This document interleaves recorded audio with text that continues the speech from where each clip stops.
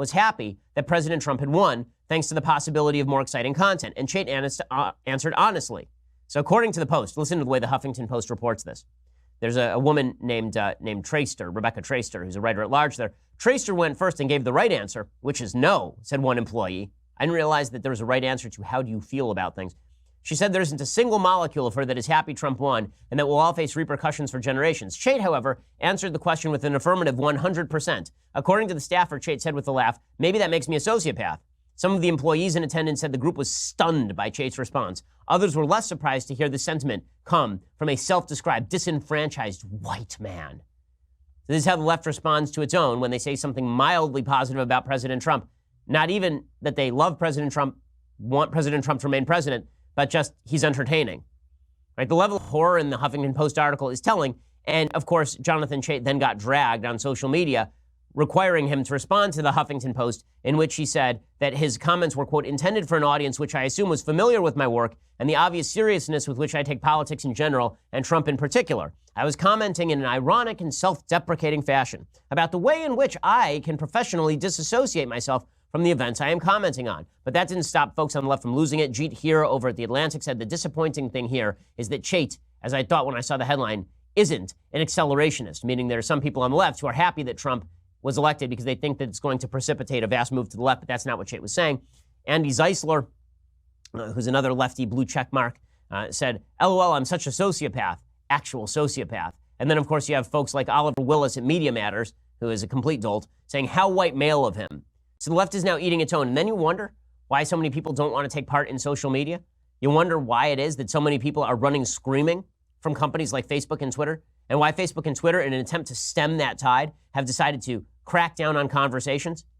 It turns out that open fora, I mean, honestly, I sort of feel for the heads of Facebook and Twitter to the extent that open fora are going to lead to a large amount of meanness. But if you crack down on the meanness, there's no way to do that without cracking down on the content as well.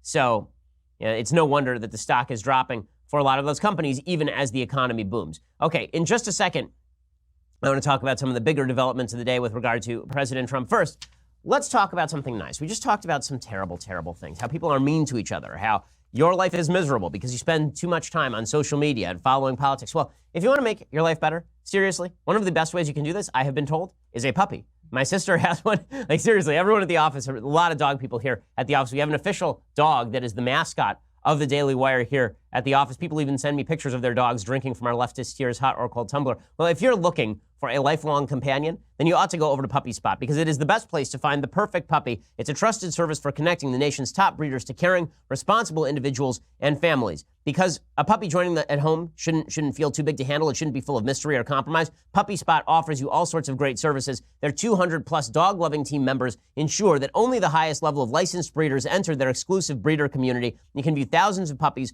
from golden retrievers to Yorkies to Labradoodles, and their puppy concierge service will help you find the right breed for you. Once you find the pup that you love, you can relax because Puppy Spot handles the rest. Their industry-leading health guarantee means that your puppy's vaccinations are up to date and they've received a nose-to-tail health exam from a licensed vet before they are brought safely home to you. So go check it out. Find your new best friend at puppyspot.com/Ben. Go check that out right now. And right now, all my listeners will receive access to the Puppy Spot VIP program with discounts on everything you need for your new puppy, from food to walking services. Puppyspot.com/Ben for that special offer. Again, puppyspot.com/Ben. It's so warm and cuddly. So now let's talk about the news, which is not, in fact, warm and cuddly. Speaking of not warm and cuddly, Michael Cohen, he's back at it. So Michael Cohen, let's just make clear here. Michael Cohen has an agenda. Now, everyone in politics has an agenda.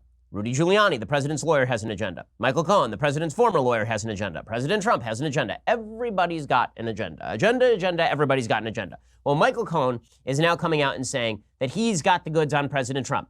Why would he say this after spending years and years and years being President Trump's loyal lackey, being a self-described consigliere to President Trump, paying off President Trump's former lovers? Why exactly would Michael Cohen turn on him now? Well, because the FBI raided his offices, right? Because he's afraid of going to jail. So now he's turning and he's publicly saying, I have the goods on President Trump. He's basically begging.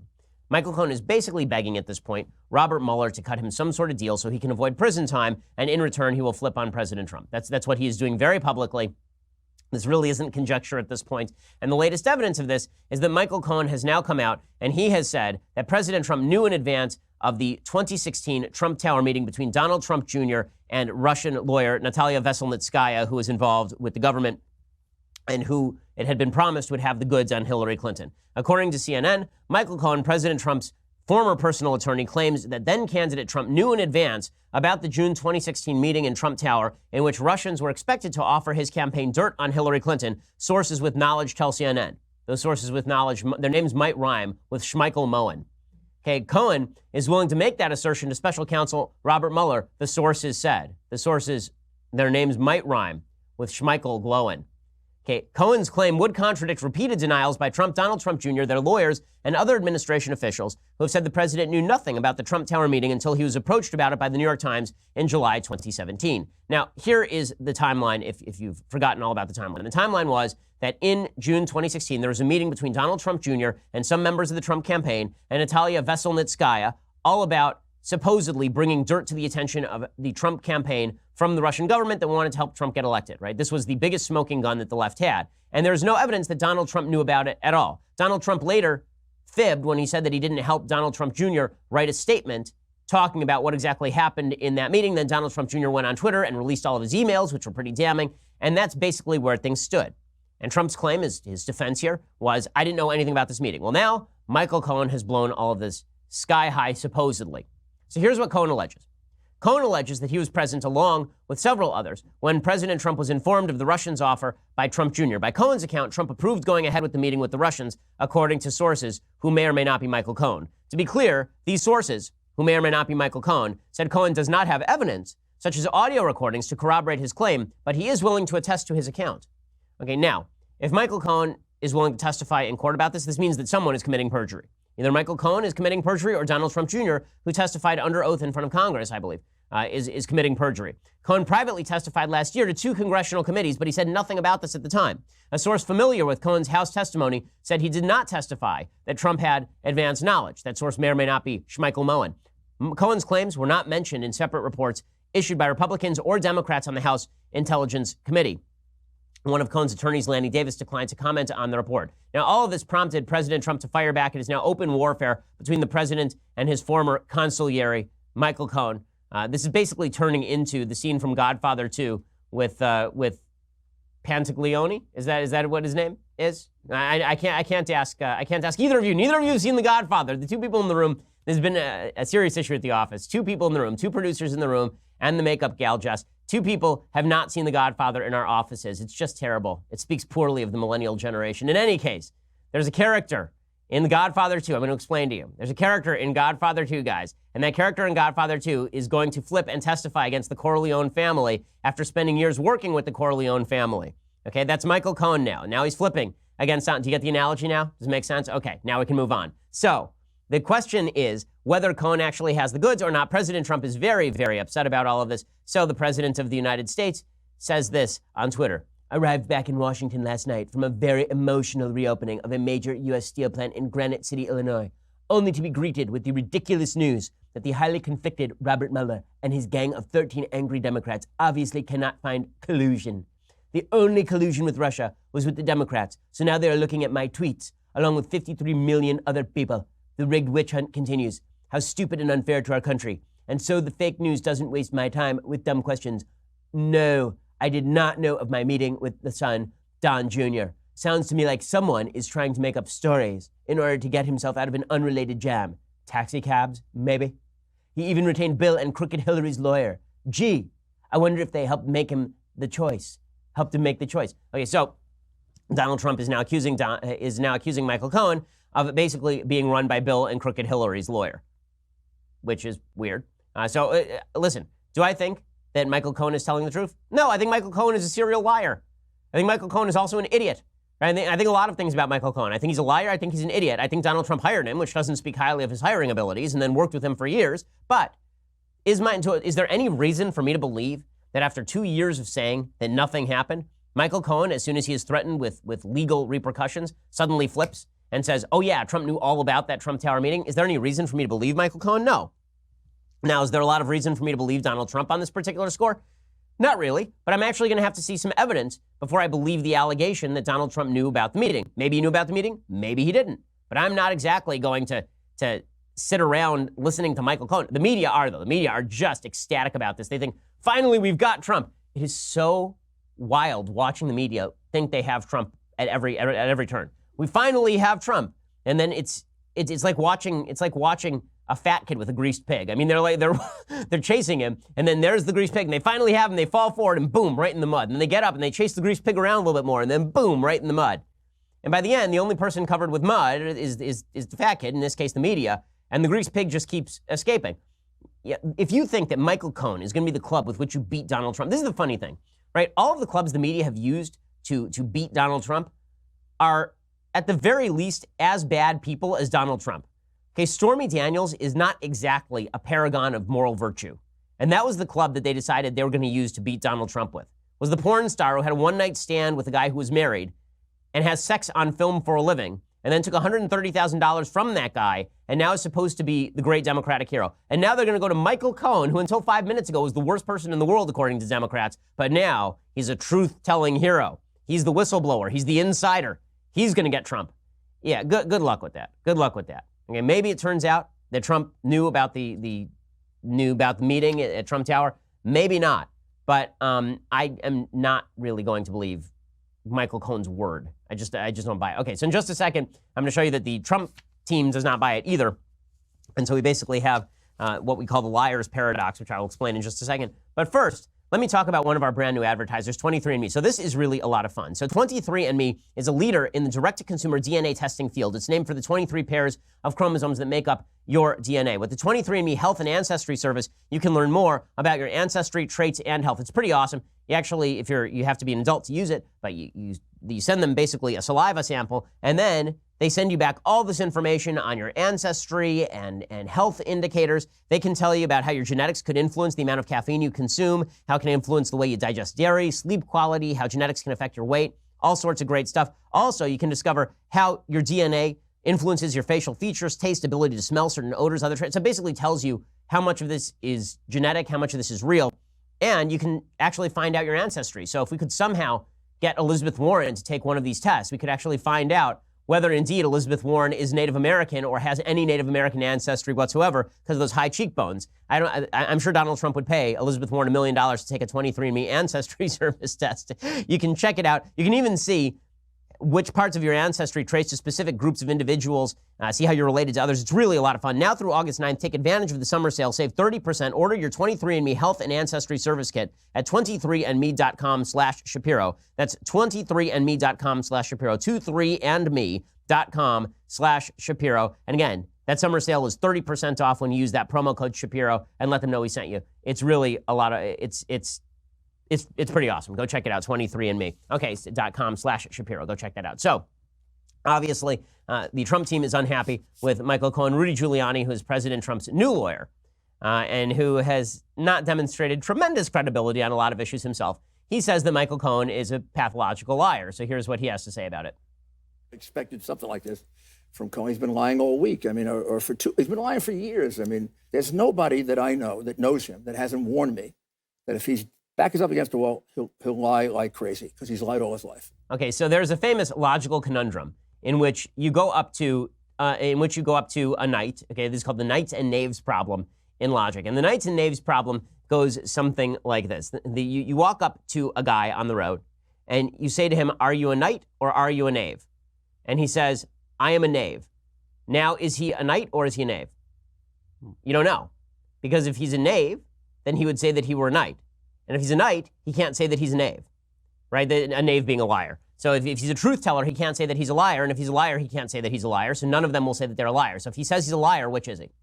Right? This is one of these logical kind of problems. And there are all sorts of variations on this theme. Okay, if you have President Trump, who has not been supremely honest about some of the things with regard to, for example, rewriting Donald Trump Jr.'s statement on the Trump Tower meeting, or with regard to Stormy Daniels, or with regard to a myriad of other topics on this particular subject. If you can't necessarily believe what President Trump has to say just because he said it.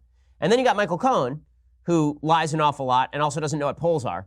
So you've got a lot of things to worry about with Michael Cohen. Then you got Rudy Giuliani, who in the last several weeks has backtracked several times on a variety of different topics. So which one is lying?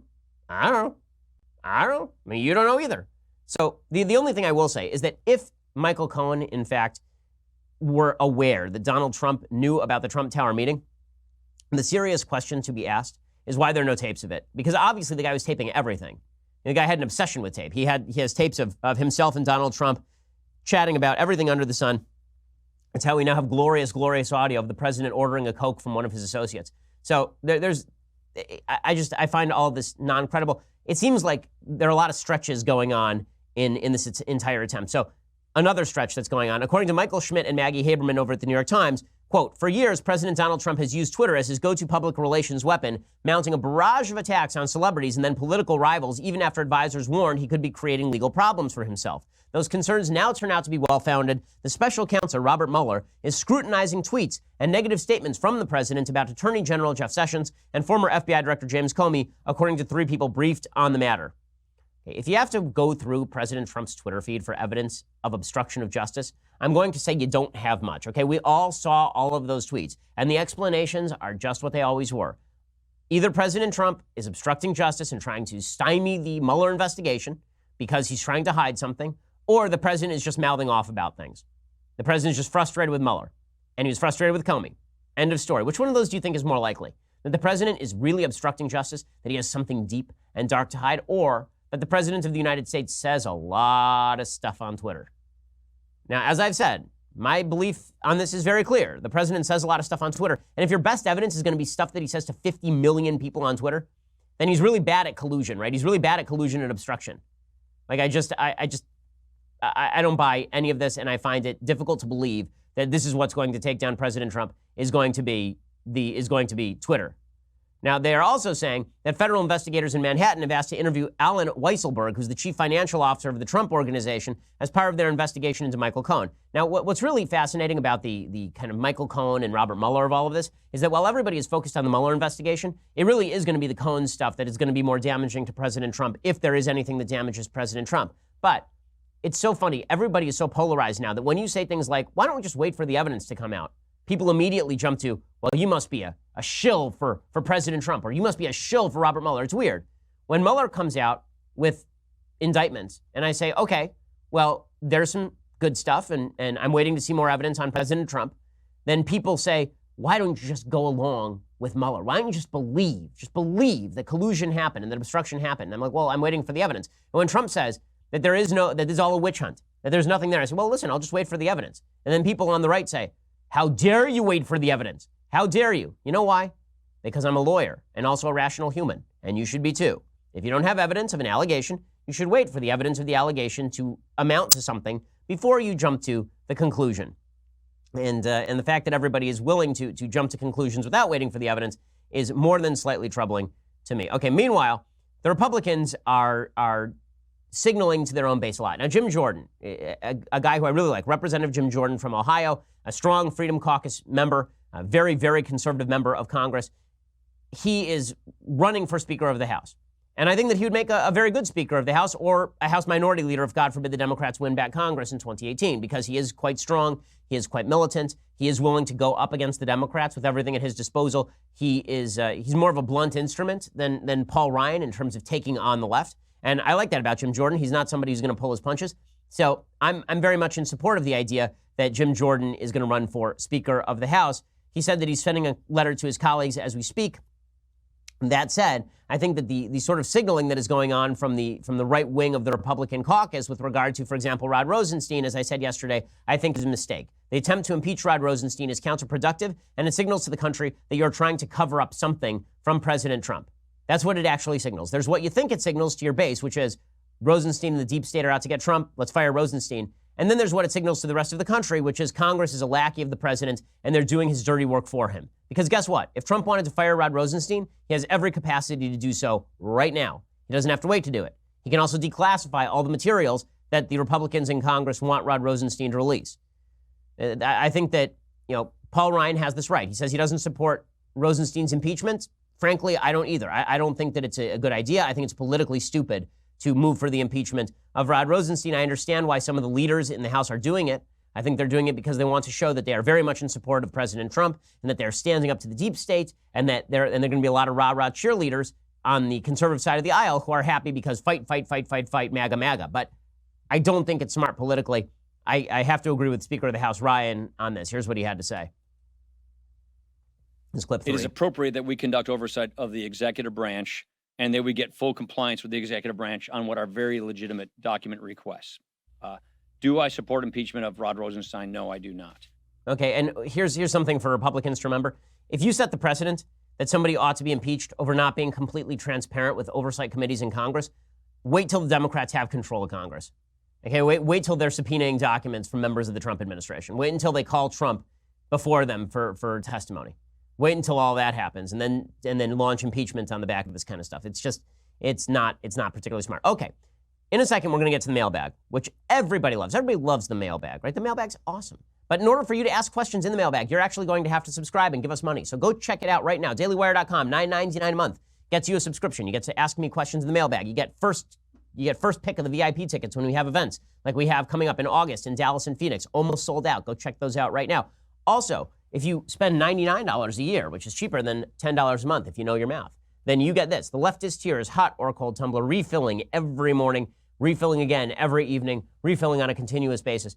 Check that out. Plus, if you subscribe, then not just to the website, but if you subscribe over at YouTube or iTunes, then you will always have access to our Sunday specials. This Sunday, it's Mike Rowe, which is awesome. Everybody's very excited about the Mike Rowe episode of the Sunday special. So it's really good. So go check that out. We are the largest, fastest growing conservative podcast in the nation.